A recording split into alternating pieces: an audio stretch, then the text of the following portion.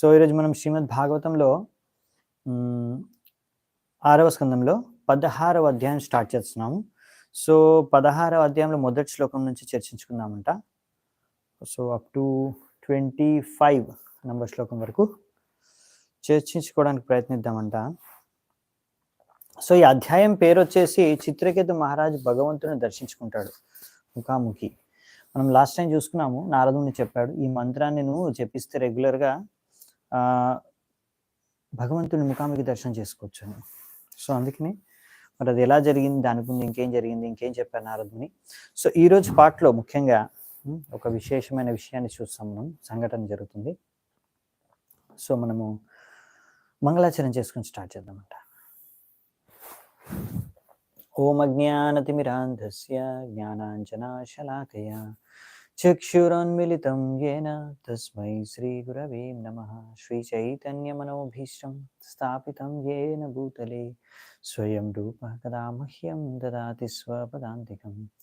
వందేహం శ్రీగురూన్ శ్రీయుతాపదకమలం శ్రీగురూన్ వైష్ణవాంశ శ్రీరూపం సాగ్రజాతం సహగణ రఘునాథాన్వితాం తం సజీవం సాద్వైతం సావధూతం పరిజన సహితం కృష్ణ చైతన్య దేవం శ్రీరాధా కృష్ణపాదాన్ సహగణ లలితా శ్రీ విశాఖాన్వితాంశ నమాం విష్ణుపాదాయ కృష్ణ ప్రేష్టాయ భూతలే శ్రీమతే భక్తివేదాంత స్వామినితి నామిని.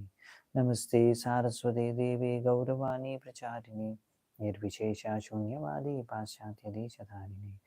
నమో మహావదన్యాయ కృష్ణ ప్రేమ ప్రదాయతే కృష్ణాయ కృష్ణ చైతన్య నామినే గౌరత్రిసే నమః. హే కృష్ణ కరుణా సింధు దీనబంధు జగత్పదే గోపేశ గోపికా కాంత రాధాకాంత నమోస్తుతే. తప్త కాంచన గౌరాంగి రాధే వృందావనేశ్వరి వృషభానుసుతే దేవి ప్రణమామి హరిప్రియ. నీలాచల నివాసాయ నిత్యాయ పరమాత్మనే బలభద్ర సుభద్రాభ్యాం జగన్నాథాయ తే నమః. వాంఛాకల్పతరుభ్యశ్చ కృపా సింధుభ్యేవ చ పతితానాం పావనేభ్యో వైష్ణవేభ్యో నమో నమః. జయ శ్రీ కృష్ణ చైతన్య ప్రభు నిత్యానంద శ్రీ అద్వైత గదాధర శ్రీవాసాది గౌరభక్తవృంద. హరే కృష్ణ కృష్ణ కృష్ణ హరే హరే హరే రామ రామ రామ హరే హరే కృష్ణ. సో మొదటి శ్లోకం శుకదేవ గోస్వామి పరీక్షిత్ మహారాజ్ అంటారు, శ్రీ బాదరాయనిర్వాచ అత దేవ ఋషిరాజన్ సంపరేతం నృపాత్మజం దర్శయిత్వేతి హోవాచ జ్ఞాతీనాం అనుశోచతాం. ఓ నా ప్రియమైన పరీక్షిత్ మహారాజా, నారదముని తన యొక్క సిద్ధి ద్వారా ఆ చనిపోయిన చిత్రకేతుడి యొక్క హర్షశోక అనే పుత్రుడిని మళ్ళీ ఆయనలో ప్రాణం పోశారు. అందరూ అక్కడ విలపిస్తున్న సమయంలో వాళ్ళందరి మధ్యలో మళ్ళీ ఈ అబ్బాయి, ఈ పిల్లవాడు లేచి మాట్లాడడం మొదలుపెట్టాడంట. నారదుని యొక్క శక్తి, ఆయన యొక్క సిద్ధి ప్రభావంతో. సో ఎలా జరిగిందో చూద్దామంట. శ్రీ నారద ఉవాచ జీవాత్మన్ పశ్య భద్రం తే మాతరం పితరం చ తే సుహృదో బాంధవాస్తప్తాః శుచాత్వత్కృతయా వృషం. నారదుని అంటాడు, ఓ జీవాత్మ, నీకంతా మంచి జరుగు కాక. చూడు, నీ యొక్క తల్లిదండ్రి ఇక్కడ ఉన్నారు, ఇంకా నీ బంధువులు మిత్రులు అందరూ కూడా దుఃఖంలో మునిగిపోయారు. నువ్వు చనిపోయావని, నువ్వు వెళ్ళిపోయావని. సో ఇలా నారదుని ఇప్పుడు ఆ మృతదేహం, ఆ పిల్లవాడి యొక్క మృతదేహంతో ఇలా అంటున్నారు, కలేవరం స్వం ఆవిశ్య శేషం ఆయుస్సుహృద్వ్రతః భుంక్ష్వా భోగాన్ పితృప్రతాన్ అధితిష్ట నృపాసనం. ఎందుకంటే నువ్వు చనిపోయావు కదా, ఇంకా ఎంత హఠాత్తుగా నువ్వు సమయానికి ముందే ఇలా చనిపోవడంతో నీ ఇంకా బాకీ ఉన్న జీవితం మరి మిగిలి ఉంది కదా! అందుకని మళ్ళీ నువ్వు ఈ శరీరంలోకి ప్రవేశించు. ఈ శరీరంలోకి ప్రవేశించు. నీ మిగతా జీవితాన్ని నువ్వు భోగించు. నీ యొక్క మిత్రులు, బంధువులతో సహా. ఈ యొక్క రాజసింహాసనాన్ని స్వీకరించి మీ తండ్రి ద్వారా నీకు దక్కే అన్ని ఐశ్వర్యాలని భోగించు అనేసి నారదుని ఆదేశించారు ఆ యొక్క మృతదేహానికి, ఆ జీవాత్మకి. ఏ జీవాత్మ అయితే దేహాన్ని వదిలి వెళ్ళిపోయిందో. జీవ ఉవాచ కస్మిన్ జన్మన్యమి మహ్యాం పితరో మాతరో భవన్ కర్మభిర్భ్రామ్యమాణస్య దేవతిర్యన్రయోనిషు. సో ఈ జీవాత్మ మళ్ళీ ఆ శరీరంలోకి ప్రవేశించింది, ఆ పిల్లవాడి శరీరంలోకి ప్రవేశించి ఇప్పుడు మాట్లాడుతుందంట. ఈ నారదుని యొక్క ప్రభావం శక్తి ద్వారా ఆ యొక్క జీవాత్మ మళ్ళీ చనిపోయిన శరీరంలోకి ప్రవేశించి ఇప్పుడు కొంచెం సమయం ఈ నారదుని అడిగిన ప్రశ్నలకి ఉత్తరం జవాబిస్తుందంట. సో జీవాత్మ ఏం చెప్తుంది? కర్మ యొక్క సిద్ధాంతం ప్రకారం, ఆ నియమం ప్రకారం నేను ఒక జీవాత్మని, ఒక శరీరాన్ని వదిలి ఇంకొక శరీరాన్ని ధరిస్తూనే ఉంటాను. సో ఈ విధంగా ఒక్కొక్కసారి నేను దేవతల శరీరంలో ప్రవేశిస్తాను, ఒక్కొక్కసారి పశువులు పక్షుల శరీరంలో, ఒక్కొక్కసారి చెట్లు కూరగాయల శరీరంలో, అలా ఒక్కొక్కసారి మనిషి శరీరంలో కూడా నేను ప్రవేశిస్తాను. కాబట్టి ఏ శరీరంలో, ఏ జీవంలో, ఏ జన్మలో వీళ్ళిద్దరు నాకు తల్లిదండ్రులు అని ప్రశ్న అడుగుతుంది జీవాత్మ. నారదుని అన్నాడు కదా, మీ తల్లిదండ్రులు ఏడుస్తున్నారు వచ్చే అంటే, ఇప్పుడు ఆ జీవాత్మ అంటుంది, ఏ జన్మలో చాలామంది నాకు తల్లిదండ్రులు ఉన్నారు, చాలా జన్మలు ఎత్తాను. సో కాబట్టి అసలైతే నా తల్లిదండ్రులు ఎవరు కాదు. సో వీళ్ళిద్దరిని నేను తల్లిదండ్రులుగా ఎందుకు స్వీకరించాలి అని ఇక్కడ జీవాత్మ అడిగే ప్రశ్న అనమాట నారదునికి.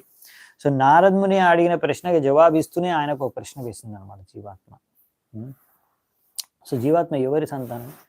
భగవంతుడి సంతానం. మనం అందరము కూడా భగవంతుడి యొక్క సంతానం. కృష్ణుడు అంటాడు కదా భగవద్గీతలో, నేనే మీ అందరి పిత, నేనే బీజాన్ని ప్రదానం చేశాను ఈ ప్రకృతిలోకి, అహం బీజ ప్రదాపిత. సో ఆ విషయాన్ని మనం అర్థం చేసుకోవాలన్నమాట. ఇప్పుడు జీవాత్మ ఎందుకు ఇక్కడ ప్రవేశించింది? రకరకాల శరీరాల కంటే జీవాత్మ నేను భోగించాలి అని కోరుకుంది. అందుకనే భగవంతుడు మన ఇక్కడ పంపించాడు అనమాట. సరే రకరకాల శరీరాలు భోగించి ట్రై చేసుకో, ఎంజాయ్ చేసుకోవడానికి ట్రై చేసుకో అని పంపించారు అలా అనమాట. సో అసలైతే మనకి శరీరానికి యాక్చువల్లీ సంబంధం లేదు, ఎందుకంటే ఇది తాత్కాలికమైన సంబంధం. కొంతకాలం తర్వాత ఈ శరీరాన్ని వదిలి మనం వెళ్ళిపోవాల్సింది. అసలైన సంబంధం మనకు ఉన్నది భగవంతుడితో మాత్రమే. సో ఆయనే మన అసలైన పిత, పరంపిత. 5వ శ్లోకం. బంధుజ్ఞాత్యరి మధ్యస్థ మిత్రో దాసీన విద్విషః సర్వ ఏవ హి సర్వేషాం భవంతి క్రమశోమితః. ఈ భౌతిక ప్రపంచంలో ఎలాగైతే నదిలో ఒక వ్యక్తి ప్రవహించుకుంటూ వెళ్ళిపోతాడో, ఆ ప్రవహించే నదిలో కొంత సమయం వరకు కొంతమంది మీకు మిత్రులుగా, బంధువులుగా, కొంతమంది శత్రువులుగా మారిపోతూ ఉంటారు సమయానుసారంగా.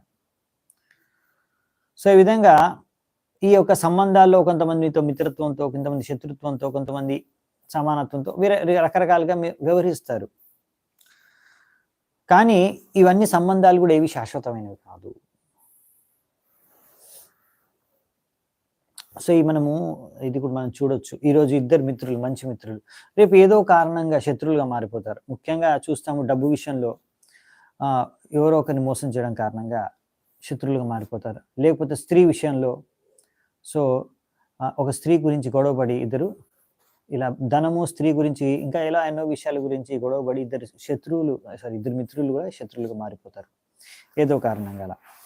సో ఆ విధంగా ఈ యొక్క ప్రపంచంలో ఈ యొక్క సంబంధాలు కూడా అన్ని తాత్కాలికమైనవి. ఈరోజు సంబంధాలు తెంచేసుకుంటారు ఏదో గొడవపడి, మళ్ళీ సంబంధాలు కుదుర్చుకుంటారు ఏదో అవసరం పడి. సో ఈ విధంగా ఆ సంబంధాలని కుదుర్చుకోవడం, సంబంధాలను ఏర్పరచుకోవడం, మళ్ళీ తెంచుకోవడం. సో ఇది ఇక్కడ మనం చూస్తూనే ఉంటాం, సర్వసాధారణం అనమాట.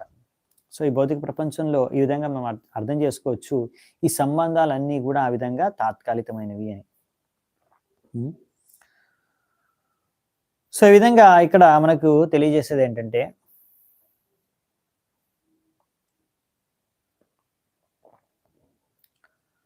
సో ఈ యొక్క జీవాత్మ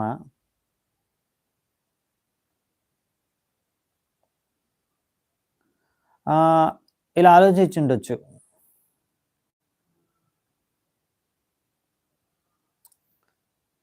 హరే కృష్ణ.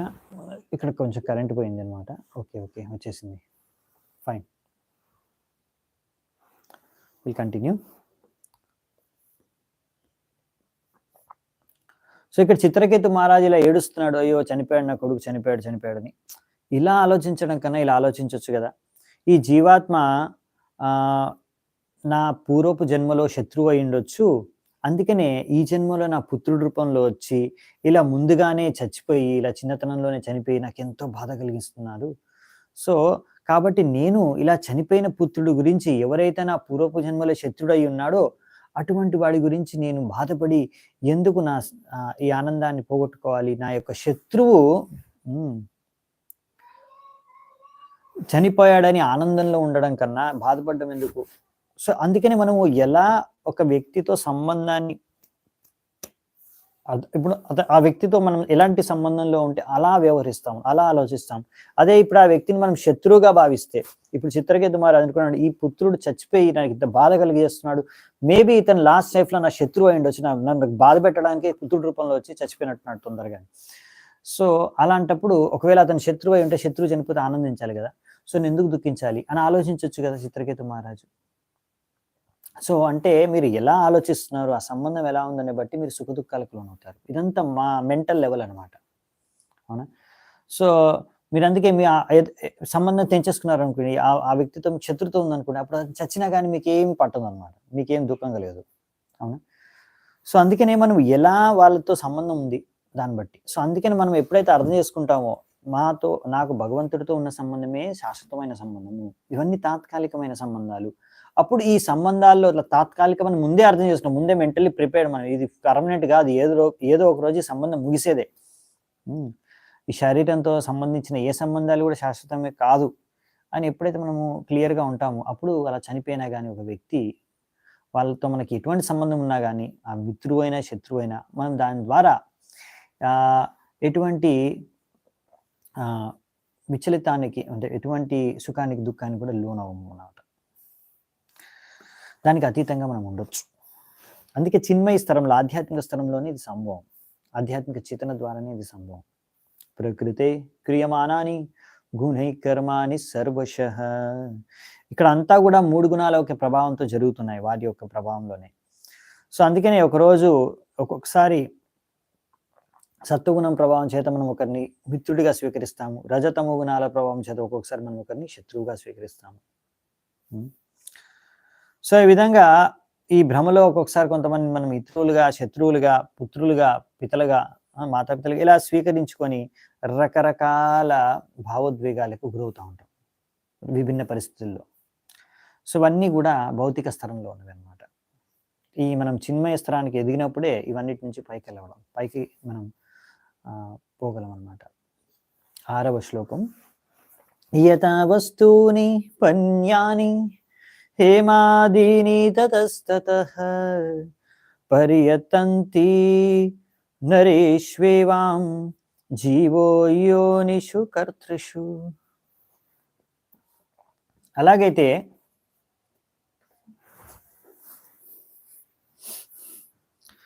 బంగారం ఇంకా మిగతా వస్తువులన్నీ కూడా ఒక స్థలం నుంచి ఇంకో స్థలంలోకి వెళ్ళిపోతుంటాయి. ఎవరో కొంటారు బంగారాన్ని, తీసుకొని వెళ్తారు ఇంటికి, లేకపోతే ఇంకొకరికి ఇస్తారు, ఆ విధంగా దాన్ని అమ్మేస్తారు.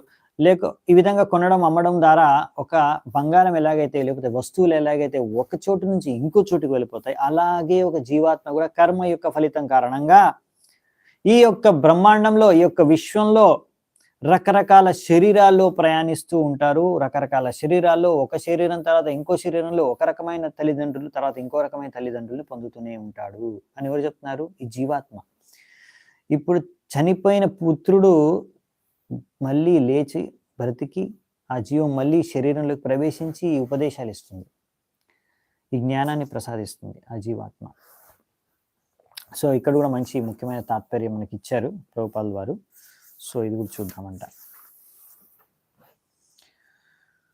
సో చిత్రకేతు యొక్క పుత్రుడు అతని యొక్క శత్రువు అయి ఉండొచ్చు పూర్వపు జన్మల విషయాన్ని మనం ముందే చర్చించుకున్నాము.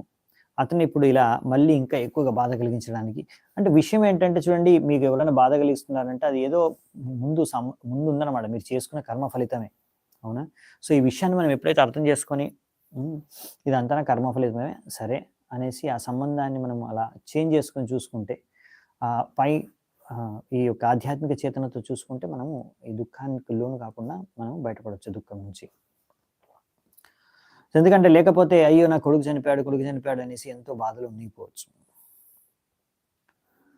సో ఎవరైనా ఇలా ఆర్గ్యూ చేయొచ్చు, అరే రాజు యొక్క సంతానం తన శత్రువు అయితే మరి రాజు ఎలా యొక్క పుత్రుడి పట్ల అంత ఆప్యాయత అనురాగం పెంపొందించుకోగలిగాడు అంటే, సో ఇక్కడ ఒక ఉదాహరణ ఇస్తున్నారు ప్రభుపాల్ వారు, చాలా మంచి ఉదాహరణ ఇస్తున్నారు ఈ విషయాన్ని అర్థం చేసుకోవడానికి. ఒకవేళ ఒకరి సంపద ఒకరి ధనము falls into the hands of his enemy, the money becomes the enemy's friend. చూడండి, ఇప్పుడు మీ చేతిలో ఉన్న ధనము ఇంకోరి చేతిలోకి, మీ శత్రువు చేతిలోకి వెళ్ళిపోయింది అనుకోండి, అది శత్రువుకు కూడా ఆ ధనం ప్రియమైపోతుంది. అవునా? అప్పుడు ఆ శత్రువు ఆ ధనాన్ని పట్ల ఆసక్తి అతనికి కూడా పెంపొందిపోతుంది, ఆ ధనాన్ని తన యొక్క కార్యాలకు ఉపయోగించుకుంటాడు. సో ఈ ధనాన్ని ఉపయోగించుకొని పూర్వపు ఎవరి దగ్గర నుంచి అతనికి ధనం వచ్చిందో అతన్ని హాని కలిగించడానికి ఉపయోగించుకోవచ్చు. సో కాబట్టి ధనము ఎవరికి చెందింది? అది ఎవరికి చెందింది కాదు, ఈయనకి చెందింది కాదు, ఆయనకి చెందింది కాదు. అది ధనం అంతే. కానీ ఒక్కొక్క సందర్భంలో ఆ ధనము ఒకరికి శత్రువుగా, ఒకరికి మిత్రువుగా వ్యవహరించింది. అవునా? సో అలా అనమాట. సో ఆ యొక్క సంతానము ఎవరి పుత్రుడు? ఒక జన్మలో ఒక తల్లిదండ్రి, ఇంకో జన్మలో ఇంకో తల్లిదండ్రి. అవునా? సో ఎవరి సంతానం? సో ఆయన శత్రువా, మిత్రువా? సో ఇవన్నీ కూడా మనం ఎలా సంబంధాలు ఏర్పరచుకుంటామో దాన్ని బట్టి అలాంటి భావోద్వేగాలకు మనం గురవుతాం అన్నమాట. సో అందుకని ఇక్కడ చెప్పేది ఏంటంటే, ఈ యొక్క జీవాత్మకి యాక్చువల్లీ ఎవరు తల్లిదండ్రులు ఉండరు. అంటే ఈ భౌతిక తల్లిదండ్రులు ఏంటంటే జీవాత్మకు శరీరాన్ని ఇస్తారు, కానీ ఆత్మని వాళ్ళు సృష్టించలేదు. మన తల్లిదండ్రులు మనని సృష్టించలేదు. మన శరీరాన్ని అనేది మన తల్లిదండ్రుల నుంచి దక్కిందనమాట. సో ఈ ఆత్మ అనేది తల్లిదండ్రుల నుంచి కూడా సంపూర్ణంగా భిన్నమైనది. అవునా? సో ఆత్మకి శరీరంతో మనకు సంబంధం ఉన్నట్లు. సో అందుకనే మనకు తెలుసు ఎలా ఆత్మ ప్రవేశిస్తుందంటే, తండ్రి యొక్క వీర్యం నుంచి మాత యొక్క గర్భంలోకి, తల్లి యొక్క గర్భంలోకి ఆత్మ ప్రవేశిస్తుంది. సో ఏ తల్లిదండ్రులు మనకు దక్కుతారా అనేది కూడా మన కంట్రోల్లో లేదు, మనం సెలెక్ట్ చేసుకోలేదు. అవునా? ఈ తల్లిదండ్రులనే మనం వీరిని మనం తల్లిదండ్రులుగా మనకు పొందుతాము ఈ జన్మలో అని మనము ముందేమీ ఊహించలేదు, ప్లాన్ చేసుకోలేదు, సెలెక్ట్ చేసుకోలేదు, మనకు తెలియదు. మరి ఎవరు సెలెక్ట్ చేశారు? ప్రకృతే క్రియమానాని గుణై కర్మాని సర్వశః. ప్రకృతి మనకి మన యొక్క కర్మానుసారంగా మనం చేసుకున్న కర్మల ప్రకారంగా మనకి ఎటువంటి తల్లిదండ్రులు దక్కాలో అటువంటి తల్లిదండ్రులకి వాళ్ళ పుత్రుడిగా, సంతానంగా పంపించేసింది అనమాట. సో ఎలాగైతే ఒక వస్తువుని మనం కొంటాము, అమ్ముతాము అలాగా. సో ఇప్పుడు వస్తువుకి చాయిస్ ఉంటుందా? ఎవరికి అది అమ్మేవాడు ఎవరికి అమ్మితే వాళ్ళ దగ్గరికి వెళ్ళిపోతాం. అలాగే ప్రకృతి ఎవరికి పంపించేస్తే, ఎవరి గర్భంలోకి పంపించేస్తే ఆ గర్భంలోకి వెళ్ళిపోతాం మనం. అవునా? సో అందుకనే ఈ యొక్క తల్లి తండ్రి ఈ యొక్క సంబంధం ఇదంతా ప్రకృతి ఏర్పరిచింది అనమాట, టెంపరీ అనమాట ఇవంతా. సో అందుకనే ఈ విధంగా చెప్పాలంటే ఇది శాశ్వతమైన సంబంధం కాదు.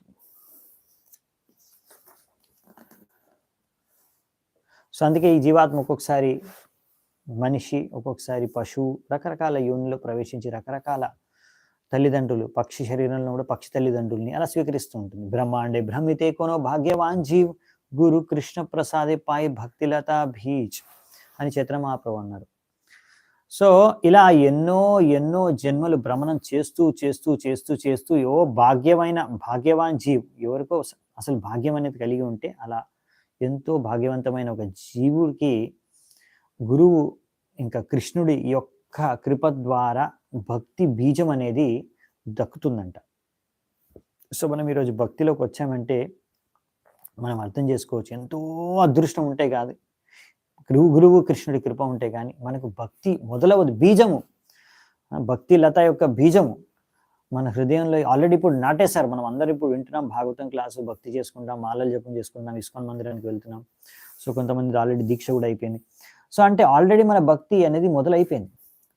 సో ఎలా మొదలైంది? ఎవరో కృష్ణుడి కృప ద్వారా, గురువు ఇంకా కృష్ణుడి కృప ద్వారా ఏదో విధంగా భక్తి అనేది బీజం మన యొక్క హృదయంలో నాటబడింది. అవునా? సో ఈ విధంగా ఇది సాధారణమైనది కాదు. ఎంతమంది భక్తి చేసుకుంటున్నారు? చాలా తక్కువ మంది. అందుకే చాలా అర్థమైంది అనమాట. మనం భక్తి జీవితంలోకి వచ్చామనేది అది ఎన్నో జన్మల తర్వాత, ఎన్నో శరీరాలని భ్రమణం చేసిన తర్వాత మనకి ఈరోజు ఈ అవకాశం దక్కింది భక్తి చేసుకోవడానికి. చూసుకోవచ్చు మీరు ఇప్పుడు ఈ ప్రపంచంలో ఎంతమంది భక్తి చేసుకుంటున్నారు? చాలా తక్కువ మంది. కాబట్టి మనకు దొరికింది ఎంత విలువైందో మనం అర్థం చేసుకోవాలి. ఒక్కొక్కసారి మనకు ఫ్రీగా దొరికితే చీప్గా తీసుకుంటాం. ఫ్రీగా దొరికింది, బాగా కష్టపడి బాగా డబ్బులు ఖర్చు చేసి అప్పుడు కొంటే కానీ తీసుకుంటే అప్పుడు దానికి చాలా వాల్యూ ఇస్తాం. అలా ఇదేంటి యాక్చువల్లీ ఇక్కడ దీనికి కూడా మనం చాలా కష్టాలు పడ్డాం, కానీ ఇప్పుడు మర్చిపోయాము, అంతే, ఇంకేం లేదు. ఎన్నో కష్టాలు పడ్డాము, తర్వాత ఎన్నో శరీరాలు మార్చాము, ఎన్నో జన్మలు ఎత్తాము. దాని తర్వాత ఈరోజు మనకి ఈ జన్మలో, మనిషి జన్మలో మనకి భక్తి చేసుకునే అవకాశం దొరికింది గురువు కృష్ణ యొక్క కృప ద్వారా.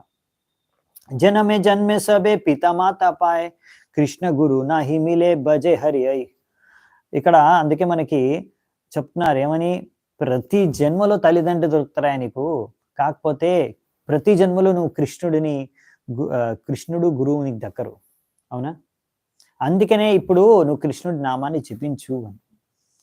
తల్లిదండ్రి ప్రతి జన్మలో దొక్కుతారు, కానీ నువ్వు గురువు కృష్ణుడు ప్రతి జన్మలో దక్కరు. అందుకని ఇప్పుడు దక్కారు కనుక నువ్వు భగవంతుడి నామాన్ని జపించు అని చెప్తున్నారు అనమాట. అవునా?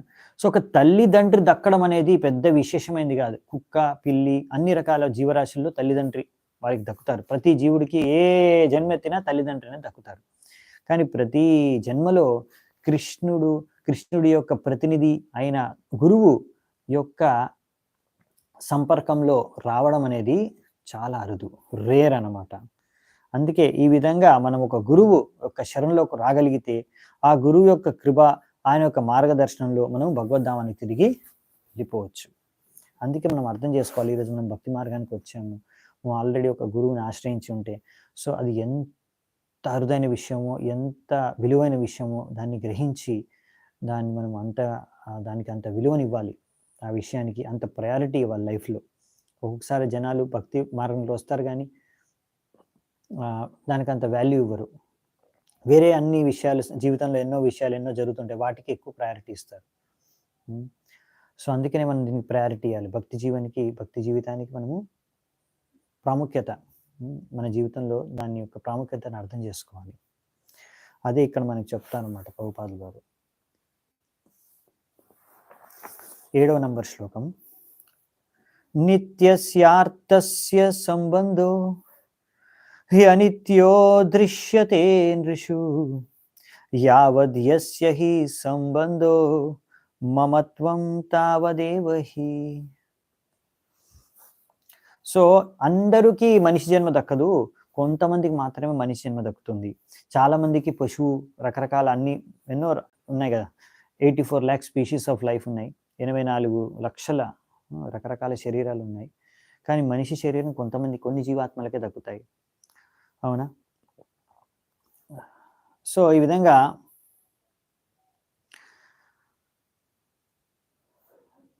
విధంగా ఒక ఈ మనుషులు, పశువులు అందరు జీవరాశులే. సో ఇక్కడ ఏం చెప్తున్నారంటే, ఒక్కొక్కసారి ఒక పశువు కొంతకాలం వరకు మనిషి యొక్క ఆధీనంలో ఉండవచ్చు, తర్వాత ఆ మనిషి ఆ పశువుని ఇంకొక మనిషికి ఇచ్చేయవచ్చు, వెళ్ళిపోవచ్చు. అలా ఒక్కొక్కసారి ఒక పశువుని ఒక వ్యక్తి ఇంకొకరికి దానం ఇచ్చేశారు, అమ్మేశారు అనుకోండి, అది ఇంకో వ్యక్తి దగ్గరికి వెళ్ళిపోయినప్పుడు అది ఇంకా ఆయనతో సంబంధం తెగిపోయింది ఆ పశువుకి, ఇంకా అది ఆయన పశువు కాదు, ఇప్పుడు దాని యొక్క ఓనరు ఇంకొకరు. సో కాబట్టి ఇప్పుడు అమ్మేసిన తర్వాత, ఇచ్చేసిన తర్వాత పశువుని ఇంకా అతనికి ఇది నా పశువు అనే ఫీలింగ్కి వెళ్ళిపోతుంది, ఉండదు. సో ఎంతకాలము ఆ పశువు తన దగ్గర ఉంటుందో అంతకాలమే తనకి ఫీలింగ్ ఉంటుంది, ఈ పశువు నాది అని. దాని ప్రకారంగా ఆసక్తి, అనురాగం, ఆప్యాయత ఉంటుంది. ఏ రోజైతే అమ్మేస్తారో ఆ పశువుని, తర్వాత ఆ పశువు ఇంకొకరి దగ్గరికి వెళ్ళిపోతుంది కదా, ఇంకా సంబంధము, ఆప్యాయత, ఆసక్తి అంతా కూడా వెళ్ళిపోతుంది. సో ఒకటైతే శరీరం అనేది, ఆత్మ అనేది శరీరాన్ని మారుస్తుంది. ఈ జన్మ తర్వాత ఇంకో జన్మలో ఇంకో శరీరాన్ని తీసుకుంటుంది. అప్పుడు అన్ని సంబంధాలు ఇక్కడ ఉన్నాయి, ఈ శరీరంతో ఉన్న అన్ని సంబంధాలు తెగిపోతాయి అని చెప్తున్నారు. కరెక్టే. కానీ ఈ యొక్క జీవితంలో కూడా మనము ఇక్కడ ఉండే సంబంధాలన్నీ కూడా శాశ్వతమైనవి కాదు. ఈ శరీరంలో ఉన్నప్పుడు కానీ మన సంబంధాలు మారిపోతూ ఉంటాయి, తెగిపోతూ ఉంటాయి, కొత్త కొత్త సంబంధాలు ఏర్పడుతూ ఉంటాయి. సో అంటే ఈ యొక్క శరీరంలో ఉన్నప్పుడు కూడా ఉండే సంబంధాలన్నీ ఈ యొక్క జీవితంలో కూడా చేంజ్ అయిపోతాయి, పర్మనెంట్ కాదు. అంటే చనిపోయినప్పుడే సంబంధం తెగిపోతుంది అనే గ్యారెంటీ లేదు. అది ఎలాగో తెగిపోతుంది అప్పుడు శరీరంతో ఉన్న సంబంధం. కానీ భౌతిక స్తరంలో శారీరక సంబంధాలన్నీ కూడా తాత్కాలికమైనవి. ఎన్ని రోజులు ఉంటారు, ఇప్పుడు ఇవాళ రేపు ఎన్ని రోజులు, వివాహం జరిగిన తర్వాత ఎన్ని రోజులు కలిసి ఉంటారో తెలియదు అన్నమాట. ఎప్పుడు డివోర్స్ అయిద్దో తెలియదు. సో డివోర్స్ అయిపోయింది, సంబంధం తెగిపోతుంది. సో పిల్లలు కూడా ఒక్కొక్కసారి వెళ్ళిపోతారు, సంబంధం తెంచేసుకుంటారు, లేకపోతే అన్నదమ్ముల సంబంధం తెంచుకుంటారు ఏదో గొడవపడి. సో ఈ విధంగా ఈ సంబంధాలన్నీ కూడా మనం చూస్తాము. ఈ భౌతిక ప్రపంచంలో జీవించి ఉన్నప్పుడు కూడా తెంచేసుకుంటారు చాలామంది ఏదో కారణంగా. సో అందుకనే ఇక్కడ చెప్తున్నారన్నమాట ఈ శ్లోకంలో, అరే చచ్చిపోయినప్పుడు కాదు, బతికున్నప్పుడే సంబంధాలు శాశ్వతం కాదు, ఎప్పుడైనా దిగిపోవచ్చు, అంత పర్మనెంట్ ఏం కాదు. సో నెక్స్ట్ వచ్చేసి ఇక్కడ చిత్రకేతు యొక్క పుత్రుడు, ఆయన పేరు ఏం చెప్పారు, పేరేం పెట్టారంటే హర్షశోక అని. అంటే హర్ష అంటే ఆనందం, శోక అంటే దుఃఖం, రెండు కలుగు చేస్తాడని. సో జీవాత్మ శాశ్వతమైంది, కానీ ఈ యొక్క శరీరం ఒక టెంపరీ అన్నమాట. ఈ మనకు దక్కిన శరీరం అనేది టెంపరీ. కాబట్టి ఈ యొక్క శరీరం టెంపరీ కాబట్టి జనాలు అనుకుంటారు ఇది టెంపరీ అనుకుంటారు, కానీ జీవాత్మ టెంపరీ కాదు, అవునా, జీవాత్మ పర్మనెంట్.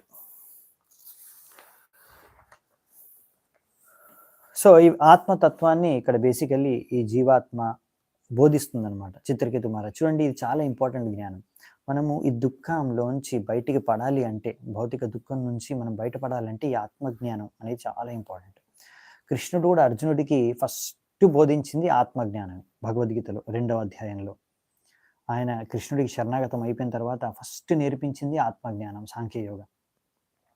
తద్వారా ఏ దుఃఖానికైతే లోనయ్యాడు అర్జునుడు, ఆ దుఃఖం నుంచి ఫస్ట్ బయటపడగలరు. సో ఈ ఆత్మజ్ఞానం అసలు మనం దుఃఖాన్ని నుంచి బయటపడేస్తుంది. ఒక్కోసారి అనుకుంటే, అరే నేను ఏడుస్తున్నాను, ఇక్కడ మా చనిపోయారు వాళ్ళు, మీరేంది ఏదో ఆత్మ ఫిలాసఫీ చెప్తున్నారు. ఫిలాసఫీ, ఆ ఆత్మజ్ఞానమే యాక్చువల్ మిమ్మల్ని దుఃఖం నుంచి బయటికి తీసుకెళ్ళేది. ఇంకా ఏవి మిమ్మల్ని ఈ యొక్క భౌతిక దుఃఖాల నుంచి బయటపడేసేవి ఏవి లేవు ఈ యొక్క ప్రపంచంలో, మన ఈ యొక్క శాస్త్రాలు తప్ప. సో ఈ యొక్క ఆధ్యాత్మిక శిక్షణలు అనేవి దీనికి చాలా ఇంపార్టెంట్. ఎందుకంటే దుఃఖాలన్నీ కూడా మెంటల్ ప్లాట్ఫామ్ మీద ఉంటాయి, అవునా. ఈ రకరకాల సంబంధాలు మనం ఏర్పరచుకున్నాం ఈ శరీరంతో కలిపి. సో అందుకనే రకరకాల దుఃఖాలకు మనం లోనవుతున్నాం. సో ఎప్పుడైతే ఈ శరీరంతో సంబంధమే మనకు శాశ్వతమైనది కాదు, తాత్కాలికమైనదని అర్థం చేసుకుంటామో దుఃఖాల నుంచి ఈజీగా బయటపడిపోవచ్చు. సో అందుకని ఈ ఆధ్యాత్మిక శిక్షణలు అనేవి భౌతిక దుఃఖాల నుంచి, మనకు మానసిక స్థరం నుంచి వచ్చే దుఃఖాలన్నిటి నుంచి మనకి ఈజీగా ముక్తి పొందవచ్చు. ఇది ఈవెన్ ఆయుర్వేద శాస్త్రంలో కూడా రాసింది, ట్రీట్మెంట్స్లో రాసిందనమాట. ఈ మానసిక రోగాలకి ఆధ్యాత్మిక శిక్షణలు ద్వారా దాన్ని మానసిక రోగాలన్నింటినీ నివారించవచ్చు అని. సో అందుకనే ఈ యొక్క స్పిరిచువల్ టీచింగ్స్ శాస్త్రంలోంచి మనకు ఇది మన జీవితానికి ఎంతో ఉపయోగకరం అన్నమాట. ఈవెన్ భౌతిక స్థలంలో కూడా మనకు అది లాభదాయకం. ఏవం యోనిగతో జీవః సనిత్యో నిరహంకృతః యావద్యత్రోపలభ్యేత తావత్ స్వత్వం హి తస్య తత్. ఈ విధంగా ఇక్కడ ఏం రాశారంటే, even the one living entity becomes connected with another. So ఈ యొక్క రకరకాల సంబంధాలు మనం ఒకరితో ఒకరు ఏర్పరచుకుంటాం ఈ ప్రపంచంలో. ఈ శరీరంతో సంబంధించిన సంబంధాలే, కానీ ఒకరోజు ఇవన్నీ శరీరం అనేది నశించిపోతుంది. కానీ జీవాత్మ అయితే పర్మనెంట్, ఎటర్నల్, శాశ్వతమైంది. సో అందుకనే one should not accept that the living entity takes birth or dies. So ఎప్పుడు కూడా ఆత్మ అనేది అందుకనే జన్మించదు, మృత్యువు చెందదు. ఆత్మకి జన్మ మృత్యు అనేవి లేవు. ఈ విషయాన్ని మనం అర్థం చేసుకోవాలి. ఈ యొక్క మొత్తం అర్థం చేసుకోవాల్సింది ఇది. సో తద్వారా ఈ యొక్క జీవాత్మకి జన్మ లేదు, మృత్యు లేదు. సో అటువంటప్పుడు జన్మే లేనప్పుడు ఇంకా తల్లిదండ్రులే లేరు. సో అందుకనే ఎప్పుడైతే ఒక జీవాత్మ ఒక శరీరాన్ని గ్రహించి ఒక తల్లిదండ్రుల్ని స్వీకరిస్తుందో ఆ జీవాత్మ యొక్క పూర్వపు కర్మ ఫలితాల అనుసారంగా so he has a connection with the body. So ఆయన కనెక్షన్ ఏంటంటే ఈ యొక్క శరీరంతో సంబంధం. ఈ తల్లిదండ్రులు మనకి శరీరాన్ని ఇచ్చారు, అదే మనకు సంబంధం. కానీ ఒకవేళ ఒక వ్యక్తి అనుకుంటే సరిగ్గా అర్థం చేసుకోకుండా ఈ యొక్క ఆత్మ నా పుత్రుడు, నా సంతానం అనుకుంటే అది మూర్ఖత్వం. సో ఒక వ్యక్తికి అర్థం చేసుకోవాలి, ఈ ఆత్మకు, తల్లిదండ్రులకు అర్థం చేసుకోవాల్సింది ఏంటంటే ఈ ఆత్మకు మేము శరీరాన్ని ఇచ్చాము నివసించడానికి. సో ఎప్పుడైతే ఈ ఆత్మ నశించిపోతుందో, ఆత్మ నశించిపోదు, చనిపోతాడో, శరీరం నశించిపోతుందో, ఆత్మ వెళ్ళిపోతుందో, ఇంకా ఆ సంబంధం తెగిపోతుంది మనకి ఆ వ్యక్తితో, ఆత్మతో. అందుకనే అలా ఆత్మ శరీరాన్ని వదిలేసి వెళ్ళిపోయినప్పుడు మనం ఏడవకూడదు, ఆనందపడకూడదు. సో మనం ఎప్పుడైతే ఆత్మని శత్రువుగా, మిత్రువుగా సంబంధాలు కలుపుకుంటామో అప్పుడు ఆనందం, దుఃఖం ఇవన్నిటికీ లోనవుతాం మనం. సో ఎలా అంటే ఇప్పుడు ఒక ఓనర్ ఉన్నాడు అనుకోండి, తన ఇల్లుని అద్దెకి ఇచ్చారనుకోండి, ఎవరైనా అద్దెకి వచ్చారనుకోండి. సో తన ఇంట్లో అద్దెకు వస్తారు, తర్వాత వెళ్ళిపోతారు వాళ్ళు. సో అద్దెకున్నంత కాలం వాళ్ళతో సంబంధం ఉంటుంది, వాళ్ళు ఓనరు, ఇంకా వాళ్ళు మాకు అద్దెకున్నారు, తర్వాత వాళ్ళు వెళ్ళిపోతారు. సో అలా అన్నమాట. సో ఇది జస్ట్ శరీరం, ఈ బాడీని మనకి ఇస్తారనమాట తల్లిదండ్రులు. సో అందుకనే ఒక సంబంధం ఉంటుంది శరీరం స్థలంలో. అందుకే ఆ భౌతిక ప్రపంచంలో ఉన్నప్పుడు ఆ సంబంధం ప్రకారం వ్యవహరించాలి, దాని ప్రకారం బాధ్యతలు ఉంటాయి. ఏష నిత్యో వ్యవసూక్ష్మ ఏష సర్వాశ్రయస్వదృక్ ఆత్మమాయా గుణైర్విశ్వం ఆత్మానం సృజతే ప్రభు. సో జీవాత్మ అనేది శాశ్వతమైంది, ఇంకా ఎప్పుడు నశించిపోయినది. ఈ జీవాత్మకి ఎప్పుడు ఆది లేదు, అంతం లేదు. ఎప్పుడు ఈ జీవాత్మ జన్మించదు, మృతి చెందదు. సో అన్ని శరీరాల్లో నివసించేది జీవాత్మ, ఈ శరీరానికి భిన్నము. ఈ జీవాత్మ ఎంత ఉన్నతమైందంటే జీవాత్మ తత్వరూపంలో భగవంతుడు సమానం. మన క్వాలిటేటివ్లీ సేమ్ అనమాట. క్వాలిటీ జీవాత్మ కూడా ఆధ్యాత్మికం, చిన్మయం, స్పిరిచువల్. భగవంతుడు బాడీ కూడా మొత్తం స్పిరిచువల్. సో రెండు స్పిరిచువల్ అనమాట, ఆత్మ భగవంతుడు రెండు స్పిరిచువల్. కాకపోతే ఈ జీవాత్మ అనేది చాలా చిన్నది, అణువు. భగవంతుడు విభు, పెద్ద అనమాట. సో ఈ చిన్నగా ఉండడం కారణంగా జీవాత్మ యొక్క ప్రమాణం చిన్నది. కాబట్టి మనకు తెలుసు జీవాత్మ యొక్క, ఆత్మ యొక్క సైజ్ ఎంతనో. అది మనం భగవద్గీతలోనే చదువుకున్నాము. 1/10,000 part of the tip of the hair. మన వెంట్రుకల యొక్క పై భాగం, దాన్ని 10,000 భాగాలుగా మనం ఖండిస్తే అందులో ఒక భాగం అది ఆత్మ యొక్క సైజ్ అనమాట. అంటే చాలా చిన్నది ఆత్మ. సో అందుకనే ఈ ఆత్మ భగవంతుడితో పోలిస్తే చాలా చిన్నది కనుక ఈ భగవంతుడి యొక్క బహిరంగ శక్తి ద్వారా ఈ యొక్క ఆత్మ దాని యొక్క ప్రభావంలో వచ్చేయదు. తద్వారా ఈ ప్రభావంలో, బహిరంగ శక్తి యొక్క ప్రభావంలో, మాయా ప్రభావంలో వచ్చేసి రకరకాల శరీరాలు, రకరకాల కోరికల ప్రకారం పొందుతుందన్నమాట ఆత్మ. సో ఇదే విషయం మనం అర్థం చేసుకోవాలి. మనకు భగవంతుడికి ఒక రకమైన విషయంలో ఈక్వాలిటీ ఉంది, ఏది క్వాలిటీలో. మనము కూడా, ఆత్మ కూడా స్పిరిచువల్, భగవంతుడు కూడా స్పిరిచువల్, కానీ క్వాంటిటీ డిఫరెంట్ అనమాట. భగవంతుడు చాలా క్వాంటిటేటివ్లో పెద్ద, ఇన్ఫైనైట్. ఓకే, ఆయన ఎంత పెద్ద అంటే మనం లెక్క పెట్టలేము, అంత పెద్ద, మనం కొలచలేము. కానీ ఆత్మ లిమిటెడ్, చాలా చిన్నది. దాని కొలతలు కూడా ఇచ్చేశారు మనకి. సో అందుకనే ఆత్మకి భగవంతుడికి చాలా డిఫరెన్స్ కూడా ఉంది. ఒక సైడ్ నుంచి సిమిలారిటీ కూడా ఉంది, ఇంకో సైడ్ నుంచి డిఫరెన్స్ కూడా ఉంది. సో అందుకనే దీని అచింత్య భేద అభేద తత్వం. మన సిద్ధాంతం ఫిలాసఫీని మనకు చైతన్య మహాప్రభు ఇచ్చిన ఫిలాసఫీ ఏంటంటే అచింత్య భేద అభేద తత్వం. అంటే ఇది అర్థం చేసుకోవడం చాలా కష్టం అనమాట. చింతకి అందనిది అచింత్య. భేద అభేద తత్వం. భేద అంటే డిఫరెన్స్ ఉందన్నమాట. మనకి భగవంతుడికి ఒక భేదం ఉంది. ఆ భేదం ఏంటి, డిఫరెన్స్ ఏంటంటే భగవంతుడు విభు, మనం అణువు. కానీ అభేద అంటే భగవంతుడు కూడా స్పిరిచువల్, మనం కూడా స్పిరిచువల్. కాబట్టి ఆత్మ కూడా స్పిరిచువల్, భగవంతుడు కూడా స్పిరిచువల్. సో అందుకనే ఆ విధంలో సిమిలారిటీ ఉందన్నమాట. So qualitatively same, quantitatively different అనమాట. నెక్స్ట్ 10వ నంబర్ శ్లోకం. నహ్యస్యాస్తి ప్రియః కశ్చిన్ నా ప్రియః స్వపరోపివ ఏక సర్వధియాం దృష్టా కార్తృణాం గుణదోషయోః. సో ఈ ఆత్మకి ఎవరు ప్రియం కాదు, ఎవరు అప్రియం కూడా కాదు. అతనికి నాది పరాయి వాళ్ళది అనే తేడా కూడా లేదు. సో ఈ యొక్క ఆత్మ ఎప్పుడు కూడా శత్రువులు, మిత్రులు, బంధువులు, దొంగలు వీళ్ళతో ఏమీ మాత్రం ప్రభావితం లేదు. ఈ ఆత్మ only Sakshi, is only an observer, a witness of the different qualities of men.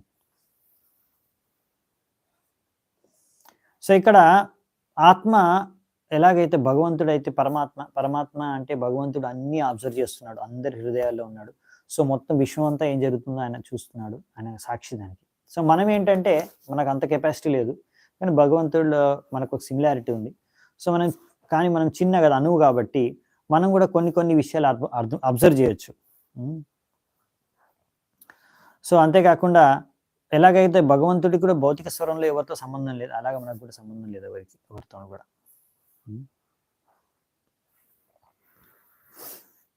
అందుకని భగవంతుడు అంటాడు, నాకు ఎవరు సమూహం సర్వభూతేషు, భగవంతుడికి అందరూ సమానమే, ఎవరు శత్రువులు, మిత్రులు, బంధువు అని ఏం లేదన్నమాట. నా మే ద్వేష్యోస్తి న ప్రియః, నేను ఎవరిని ద్వేషించను, నాకేం ఎవరు ప్రియం కాదు. ఏ భజంతి తు మాం భక్త్య మయి తే తేషు చాప్యహం, కానీ ఎవరైతే నాకు భజన చేస్తారో వాళ్ళు నాకు ప్రియమైన వారు, నాకు ప్రియమైన బంధువులు. ఎందుకు? ఇది ఆధ్యాత్మిక స్తరంలో. అంటే భౌతిక స్తరంలో భగవంతుడికి ఎవరితో సంబంధం లేదు, అంటే అందరూ ఒకటే ఆయనకి. కానీ ఆధ్యాత్మికంగా ఎవరైతే ఆయనతో సంబంధాన్ని ఏర్పరచుకుంటారో, ఎవరైతే ఆయనకి భజన చేసుకుంటారో, ఎవరైతే ఆయన ఆరాధించుకుంటారో, సో వారు భగవంతుడికి సహజంగానే ప్రియమైపోతారు అని చెప్తున్నారు. 11వ నంబర్ శ్లోకం. నా దత్త ఆత్మహి గుణం న దోషం న క్రియాఫలం ఉదాసీనవదాసీనః పరావరాదృగీశ్వరః. ఇక్కడ భగవంతుడు పరమాత్మ ఈజ్ ది సేమ్ ద్వైత అండ్ అద్వైత ఫిలాసఫీ. చూడండి, ద్వైత అద్వైత రెండు ఆపోజిట్ అన్నమాట. ద్వైత ఫిలాసఫీ ఏం చెప్తారంటే ఆత్మ ఇంకా భగవంతుడు రెండు సపరేట్ అని. అద్వైత చెప్తారు ఆత్మ భగవంతుడు అంతా ఒకటే.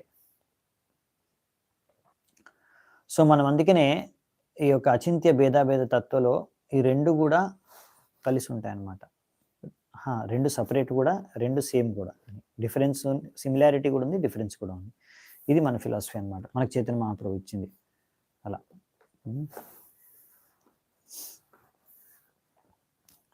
సో మనము ద్వైత అద్వైత ఫాలో అవ్వము, మనం అచింత్య భేదాభేద తత్వ ఫిలాసఫీ ఫాలో అవుతాం, చైతన్య మహాప్రభు ఇచ్చింది ఈ శాస్త్రాల నుంచి. సో ఇక్కడ ఇచ్చారు భగవంతుడు సృష్టికర్త, కాజ్ అండ్ ఎఫెక్ట్. భగవంతుడు పరమాత్మ, ఆయనే సృష్టికర్త, ఆయనే కారణం. సో భగవంతుడు మనం పొందే సుఖ దుఃఖాలకి భగవంతుడు కారణం కాదు, ఆయన సంపూర్ణంగా దీనికి భిన్నం అనమాట. He is completely independent of having to accept metal body. భగవంతుడు మనలాగా శరీరాన్ని ఎప్పుడు స్వీకరించడు, భౌతిక దేహాన్ని ఎప్పుడు గ్రహించరు. ఇంకా ఆయనకి ఎటువంటి భౌతిక దేహము లేదు. ఆయన మొత్తం చిన్మయ దేహం, ఆయన ఆధ్యాత్మిక దేహం, స్పిరిచువల్ బాడీ. సో అలా మనము కూడా, ఆత్మ కూడా యాక్చువల్లీ స్పిరిచువల్. ఆ భగవంతుడికి ఉన్న ఆ క్వాలిటీ మనకు స్పిరిచువల్, ఆ క్వాలిటీ ఉంది, ఆ నేచర్ ఉంది. అందుకని మనం కూడా ఈ యొక్క భౌతికంగా ఏదైనా కోల్పోతే దాని గురించి మనం బాధపడకూడదు. ఎందుకంటే యాక్చువల్లీ మన సంబంధము, మనం స్పిరిచువల్, భగవంతుడు స్పిరిచువల్. సో అసలైన సంబంధం ఏంటంటే మనకు భగవంతుడితో ఉంది. కానీ మనం ఎప్పుడైతే ఈ మ్యాటర్తో, భౌతిక దేహంతో, భౌతిక విషయాలతో, వస్తువులతో సంబంధాలు మనం ఏర్పరచుకుంటామో అప్పుడు మనం ఇలాంటి సుఖ దుఃఖాలకు లోనవుతున్నాము. ఎప్పుడైతే మనం అర్థం చేసుకున్నామో దీనికి నాకు సంబంధమే లేదు, సో అప్పుడు ఆ భౌతిక భావోద్వేగాలకి మనం లోనవ్వము. సో అందుకనే మనము ఏం చేయాలంటే,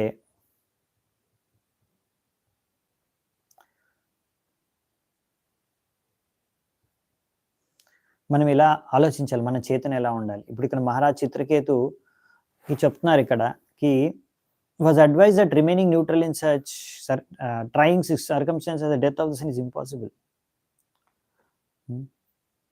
సో ఇది చాలా కష్టం. ఎవరైనా అలా పుత్రుడు చనిపోతే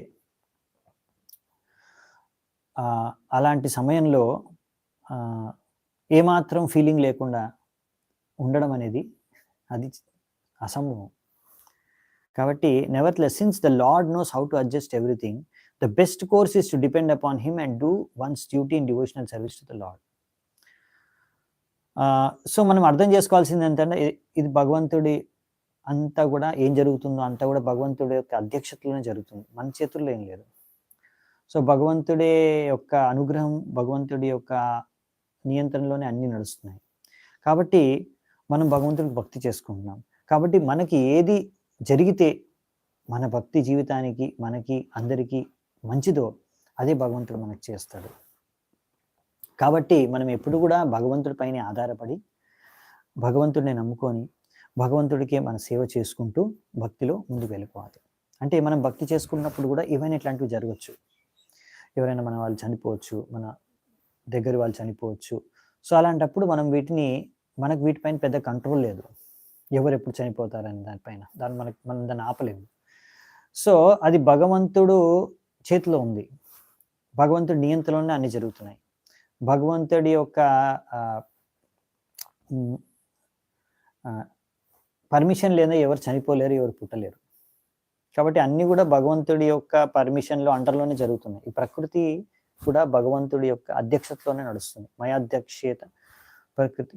సో ఈ ప్రకృతి మొత్తం, ప్రపంచం అంతా కూడా భగవంతుడి డైరెక్షన్లోనే జరుగుతుంది. సో ఏం జరిగినా భగవంతుడి డైరెక్షన్లో జరుగుతున్న విషయం మనం అర్థం చేసుకొని, మరి ఇలా ఎందుకు జరిగింది అంటే, అది ఏం జరిగినా సరే మనం అర్థం చేసుకోవాల్సింది ఇది మన మంచికి. మనం భక్తి ఒకవేళ చేసుకుంటూ ఉంటే, ఒకవేళ మనం భక్తి చేసుకుంటూ ఉన్నాం అనుకోండి భగవంతుడికి, అప్పుడు మన జీవితంలో ఏం జరిగినా, ఎందుకంటే మనం ఇప్పుడు భగవంతుడి మీద ఆధారపడి బతుకుతున్నాం కనుక, భగవంతుడి ఇష్టం, భగవంతుడు ఏం చేస్తే మనం దాన్ని స్వీకరించడానికి రెడీగా ఉన్నప్పుడు, అది ఏం జరిగినా భగవంతుడు మనకి మంచి కోరే ఏం జరిగినా చేస్తున్నాడు, అదంతా కూడా భగవంతుడు.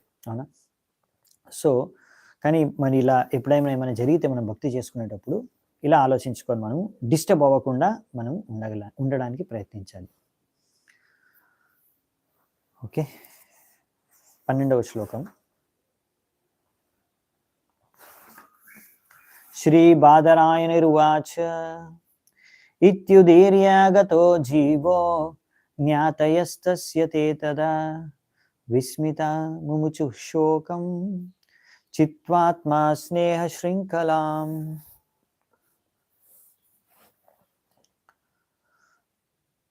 సో ఇక్కడ ఏం చెప్తున్నారంటే, సుఖదేవ్ గోస్వామి ఎప్పుడైతే జీవాత్మ చిత్రకేతు యొక్క కొడుకు రూపంలో వచ్చిందో, ఇంకా ఈ విషయాలన్నీ చెప్పేసి వెళ్ళిపోయింది. సో కాసేపు ఈ ఫిలాసఫీ, ఆత్మతత్వ జ్ఞానం ఇచ్చేసి ఆత్మ మళ్ళీ ఆ శరీరం వదిలి వెళ్ళిపోయింది.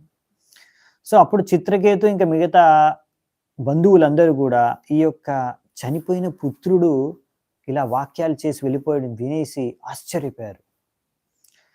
వెంటనే వాళ్ళకు ఇప్పుడున్న మోహము, ఆ బంధన అంతా కూడా తెగిపోయింది, ఆ భ్రమ అంతా కూడా వెళ్ళిపోయింది. వాళ్ళకి అర్థమైపోయింది, ఓ నాకు అసలు ఈ శరీరంతో సంబంధమే లేదు, ఆత్మ వెళ్ళిపోయింది. సో ఈ శరీరాన్ని పట్టుకొని ఏడ్చే అవసరం లేదు. ఎందుకంటే శరీరం ఆల్రెడీ డెడ్. అవునా? యాక్చువల్లీ శరీరం dead matter. So dead matter గురించి ఏడవడం అవసరం లేదు. ఆత్మకి ఏం కాలేదు. సో ప్రాక్టికల్లీ ఏం అవ్వలేదు. శరీరం ఎప్పుడు చేంజ్ అవుతూనే ఉంటుంది. ఏదో మృత్యు అయిన తర్వాతనే శరీరం నశించిపోదు. ప్రతి క్షణం శరీరం నశించిపోతుంది. పుట్టిన తర్వాత ప్రతిరోజు ప్రతి క్షణం మీ శరీరం చేంజ్ అవుతూనే ఉంది. అది డిగ్రేడ్ అవుతూనే ఉంది. అవునా? మనం అడుగుతాం కదా, హౌ ఓల్డ్ యు ఆర్ అని, మీకు ఎంత వయసు అయిపోయింది. సో శరీరానికి వయసు అయిపోతే ఒకరోజు మొత్తం నశించిపోతుంది. సో అది మృత్యు టైంలో అవుతుంది. కానీ యాక్చువల్లీ ప్రతి మూమెంట్ శరీరం చేంజ్ అవుతూనే ఉంది. సో శరీరం భౌతిక విషయం అంతా కూడా చేంజ్ అవుతూనే ఉంటుంది. ఆత్మ ఎప్పుడు చేంజ్ అవ్వదు. సో ఆత్మ ఎప్పుడు చేంజ్ అవ్వదు. ఇప్పుడు ఈ శరీరంలో ఇప్పుడు ఇంకో శరీరంలో ఉంటుంది. కాబట్టి మనం దాని గురించి బాధపడాల్సిన అవసరం లేదు. శరీరం ఇంకా ఈ భౌతిక దేహం, భౌతిక విషయం, భౌతిక వస్తువు ప్రతి ఒక్కటి ప్రతి క్షణం చేంజ్ అవుతూ ఉంటుంది. దాని గురించి కూడా బాధపడాల్సిన అవసరం లేదు. సో ఓన్లీ మనకు ప్రాబ్లం ఎప్పుడవుతుందంటే ఈ ఆత్మని మన సంతానంగా అనుకుని ఈ ఆత్మ మనతో పాటు శాశ్వతంగా ఉంటుంది అనుకోవడం, ఇలాంటి సంబంధాలు ఏర్పరచుకోవడం కారణంగా, సరైన సంబంధం అర్థం చేసుకోవడం ఆత్మజ్ఞానం లేకపోవడం కారణంగా మనము సుఖదుఖాలకు లోనవుతాం. నిర్హృత్య జ్ఞాతయో జ్ఞాతిర్ దేహం కృత్వోచితా క్రియా తత్యాజుర్దుశ్యజం స్నేహం శోకం మోహభయార్హితం. ఈ విధంగా దీని తర్వాత ఇంకా అక్కడ ఉన్న రిలేటివ్స్, బంధువులు అందరూ కూడా వారి యొక్క అంత్యక్రియలు, ఆ పిల్లవాడి శరీరానికి ఇంకా అంత్యక్రియలు చేసేసారు, కాల్చేశారు. దాని తర్వాత ఇంకా ఏవైతే ఇప్పటి వరకు మోహ, మాయ ఇదంతా కూడా వెళ్ళిపోయింది వాళ్ళకి. ఈ భయము, ఆ దుఃఖం అంతా కూడా వెళ్ళిపోయింది. సో ఈ విధంగా మామూలుగా చాలా డిఫికల్ట్ ఇలాంటి సందర్భాల్లో ఈ దుఃఖాన్ని, బాధని ఇదంతా వదిలేయడం అనేది చాలా కష్టం. కానీ ఇప్పుడు ఆ చనిపోయిన పుత్రుడు లేచి వచ్చి చెప్పేసరికి వాళ్ళకి ఈజీగా ఈ భ్రమ, దుఃఖము అంతా కూడా అందు నుంచి బయటపడిపోయారు అనమాట. బాలజ్ఞో వ్రేదితస్తత్ర బాలహత్యాహత ప్రభా బాలహత్యావృతం చేరుర్ బ్రాహ్మణైర్యన్నిరూపితం యమునాయాం మహారాజ స్మరంత్యో ద్విజభాషితాం. సో అప్పుడు నెక్స్ట్ ఏం జరిగిందంటే, రాణి కృతద్యుతి యొక్క తోటి భార్యలు ఉంటారు కదా, ఎవరైతే ఈ యొక్క శిశువుని చంపడానికి విషం తినిపించారో ఈ శిశువుకి, సో వాళ్ళందరికీ కూడా ఇప్పుడు వాళ్ళు సిగ్గుపడుతున్నారంట. వాళ్ళందరూ కూడా వాళ్ళంతా శరీరంలో ఉన్నంత ఇది కళ వెళ్ళిపోయిందనమాట. ఈ విధంగా వాళ్ళు బాధపడుతూ ఈ విధంగా వారు కూడా అంగీరముని యొక్క ఈ యొక్క ఉపదేశాలు విని దాని తర్వాత వారికి కూడా మాకు పుత్ర సంతానం కావాలి అనే కోరికని కూడా వాళ్ళు విరమించుకున్నారు, వదిలేసుకున్నారు. తర్వాత బ్రాహ్మణుల యొక్క ఆదేశానుసారంగా వాళ్ళు యమునా నది యొక్క తటానికి వెళ్ళి అక్కడ వాళ్ళు స్నానం చేసి వాళ్ళ పాపాలని వాళ్ళు కడిగేసుకున్నారు. సో ఈ విధంగా ఇక్కడ మనకి చెప్పారు బాలహత్య హతప్రభ. సో ఇక్కడ ఇలా అంటే పిల్లల్ని చంపడం, వీళ్ళు చంపారు కదా, ఒక శిశువుని చంపేశారు. అంటే ఇలా శిశువుని చంపడం అనేది ఆ కాలంలో కూడా చేసేవారు. అంటే సృష్టి సమయం నుంచి జరుగుతుంది ఇవన్నీ. కాకపోతే అవి ఎవరో ఎప్పుడు చేసేవారు. ఇలా శిశువుని చంపడం అనేది అంత సాధారణంగా చంపేవారు కాదు పిల్లల్ని. కానీ ఇప్పుడు కలియుగంలో ఏంటంటే ప్రభుపాల్ వారు రాస్తున్నారు, అబార్షన్ పేరుతో గర్భంలోని శిశువుని చంపేస్తున్నారు. ఇది ఘోరమైన పాపం అన్నమాట. ఇది సర్వసాధారణం అయిపోయింది ఇప్పుడు. ఒక్కొక్కసారి శిశువు గర్భం నుంచి పుట్టిన తర్వాత కూడా తల్లిదండ్రులు చంపేస్తున్నారు. సో ఒకవేళ ఒక స్త్రీ ఈ విధంగా గర్భంలో ఉన్న శిశువుని చంపేస్తే అప్పుడు ఆమె యొక్క శరీరంలో ఉన్న కాంతి అంతా కూడా వెళ్ళిపోతుందంట. సో ఈ విధంగా ఇక్కడ ఉన్న స్త్రీలు ఎవరైతే ఇలా విషాన్ని తినిపించి చంపేశారో శిశువుని, వాళ్ళందరూ కూడా ఇప్పుడు సిగ్గుతో తలదించుకుంటున్నారు అనమాట. అందుకే ఇప్పుడు వాళ్ళకి అర్థమైపోయింది, నేను చాలా పెద్ద పాపం చేశాను, ఈ పాపం నుంచి ఎలాగైనా బయటపడాలని బ్రాహ్మణుల యొక్క ఆదేశానుసారంగా ఆ పాపం నుంచి ప్రాయశ్చిత్తం చేసుకోవడానికి వీళ్ళందరూ ఇప్పుడు వెళ్ళేసి యమునా నదిలో స్నానం చేసి ఆ పాపం నుంచి ప్రాయశ్చిత్తం చేసుకుంటున్నారు. సో కానీ ఇవాళ రేపు పాపం కూడా చేస్తున్నారు, ప్రాయశ్చిత్తం కూడా చేయట్లేదు. కాబట్టి ఇలాంటి స్త్రీలు ఎవరైతే అబార్షన్లు చేసుకొని లేక ఏదో విధంగా శిశువుల్ని చంపేస్తున్నారో వీళ్ళందరూ తప్పకుండా వచ్చే జన్మలో, ఈ జన్మలో మరియు వచ్చే జన్మలో కూడా అనుభవించాల్సిందే ఆ యొక్క కర్మ ఫలితాలని, పాపకర్మ ఫలితాల్ని అనుభవించాల్సిందే. సో ఎవరైనా నిజాయితీవంతులై ఉంటే ఈ యొక్క ఘటన, ఈ యొక్క అధ్యాయం, ఈ యొక్క స్టోరీ విన్న తర్వాత మళ్ళీ ఎప్పుడు ఇలా గర్భంలో కానీ చిన్నపిల్లల్ని కానీ శిశువుల్ని చంపకూడదు. ఇంకా వాళ్ళందరూ కూడా ప్రాయశ్చిత్తం చేసుకోవాలి. ఎలా మనం ఎలా ప్రాయశ్చిత్తం చేసుకుంటాం? భక్తి మార్గంలోకి వచ్చిన తర్వాత సీరియస్గా భక్తి చేసుకొని. సో అందుకే taking to Krishna consciousness very seriously. ఇప్పటివరకు సీరియస్గా తీసుకోకుండా ఇప్పుడు సీరియస్గా తీసుకోండి. మీరు సీరియస్గా తీసుకోకపోతే మీరు చేసిన పాపకర్మ ఫలితాలన్నిటిని అనుభవించాల్సిందే. మీరు శుద్ధ భక్తిని సీరియస్గా ఫాలో అయ్యి భక్తితో మీరు 100% భక్తిలో మీరు ప్రావీణ్యత సాధించేస్తే ఈ జీవితంలోనే భగవద్ధామానికి తిరిగి వెళ్ళిపోగలరు, అన్ని పాపాల నుంచి ముక్తి అవ్వగలరు. కానీ మీరు సరిగ్గా భక్తి చేసుకోకుండా టైంపాస్ భక్తి చేసుకున్నారనుకోండి, అప్పుడు మరి ముందు చేసుకున్నవన్నీ కూడా మళ్ళీ రియాక్షన్స్ కూడా వస్తాయి అన్నమాట, సీరియస్ లేకపోతే భక్తిలో. అందుకని మనం హరే కృష్ణ మహామంత్రం జపం చేయాలి, ఇంకా ఎటువంటి అపరాధాలు చేయకూడదు. అందుకని ముందు చేసిన పాపాలు మళ్ళీ రిపీట్ చేయకూడదు. అలా ఏ అపరాధాలు చేయకుండా, నామపరాధాలు చేయకుండా మనం హరే కృష్ణ మహామంత్రం జపం చేస్తే అప్పుడు మన పాపాలు, పాప ఫలితాలు అన్నీ కూడా తొలగిపోతాయి, వెంటనే తొలగిపోతాయి. కానీ మళ్ళీ ఒక వ్యక్తి అటువంటి పాపాలని తిరిగి చేయకూడదు, చేస్తే పెద్ద అపరాధం అది. సో నెక్స్ట్ 15వ నంబర్ శ్లోకం. స ఇత్తం ప్రతిబుద్ధాత్మా చిత్రకేతుర్ద్విజోక్తిభిః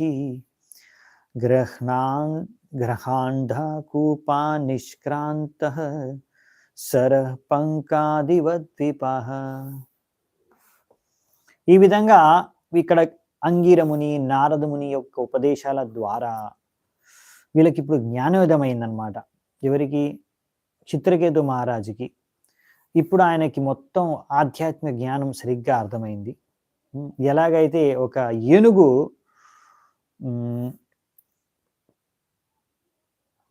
మొత్తం మట్టి పడిపోయిన తర్వాత నీళ్ళల్లో స్నానం చేసి శుద్ధమైపోతుందో, అలా ఇప్పుడు చిత్రకేతు మహారాజు అలా ఈ యొక్క లేకపోతే ఇక్కడ ఇచ్చింది ఏంటంటే మడ్డీ రిజర్వాయర్ ఆఫ్ వాటర్, అంటే బురద నీళ్ళల్లోంచి ఎలా ఏనుగు బయటకు వచ్చేసి తర్వాత క్లీన్ అయిపోతుందో, దాని నుంచి ముక్తి పొందుతుందో, అలా ఇప్పుడు చిత్రకేతు మహారాజు కూడా ఈ యొక్క సాంసారిక జీవితం అనేది ఒక అంధకూపంలోంచి బయటకు వచ్చేసాడు అనమాట ఆయన. 16వ నంబర్ శ్లోకంలో కాళింద్యాం విధివత్ స్నాత్వా కృత పుణ్య జలక్రియ మౌనేన సంయత ప్రాణో బ్రహ్మపుత్రావవందత. అప్పుడు రాజు కూడా యమునా నదిలో స్నానం చేశాడు నియమాల అనుసారంగా. ఆయన కూడా ఆయన జలాలను తన పూర్వీకులకు అర్పించారు, దేవతలకు అర్పించారు. దాని తర్వాత మనసుని, ఇంద్రియాన్ని బాగా నియంత్రించుకొని తర్వాత ఆయన he offered his respects and obedience Angira మునికి, నారద మునికి ఇద్దరికి కూడా ప్రణామాలు అర్పించుకున్నాడు. అత తస్మై ప్రపన్నాయ భక్తాయ ప్రయతాత్మనే భగవాన్ నారద ప్రీతో విద్యామేతామువాచః. దీని తర్వాత ఈ చిత్రకేతు మహారాజు పట్ల ఎంతో ప్రసన్నులై, ఎందుకంటే ఇతను ఎంతో ఇప్పుడు మనస్సు, ఇంద్రియాన్ని నియంత్రించుకొని అతను సంపూర్ణంగా శరణాగతుడు అవుతున్న విషయాన్ని చూసి గ్రహించి, నారదముని ఎవరైతే ఎంతో శక్తివంతమైన ముని ఋషియో ఆయన ఇప్పుడు ఆధ్యాత్మిక ఉపదేశాలని ఈయనకిచ్చారు. ఎవరికి? మన చిత్రకేతు మహారాజుకి. సో ఇవి మనకి నెక్స్ట్ ఇక్కడ 18 నంబర్ శ్లోకం నుంచి తీసుకొని 25 నంబర్ శ్లోకం వరకు ఉన్నాయి. సో మనకి ఇప్పుడు ఆల్రెడీ ఆల్మోస్ట్ టైం అయిపోతుంది. సో మేబీ ఇవి రేపే చర్చించుకుందాము. సో ఎక్కువేం లేవు కానీ అయినా రేపే చర్చించుకోవడం బెటర్, ఇప్పుడు తొందరగా కంప్లీట్ అయినా కన్నా. సో ఇక్కడ ఈరోజు విషయాన్ని నేను నిలిపివేస్తాను. మళ్ళీ రేపు 18వ నంబర్ శ్లోకం నుంచి చర్చించుకుందాం. అప్పటి వరకు సెలవు. చాలా చాలా ధన్యవాదాలు. ఎంతో ఓపికగా విన్నందుకు. హరే కృష్ణ. श्रील प्रभुपाद की जय। ग्रंथराज श्रीमद् भागवतम की जय। समवेत गौर भक्त वृंद की जय। निताय गौर सीतानाथ प्रेमानंदे। हरि हरि बोल।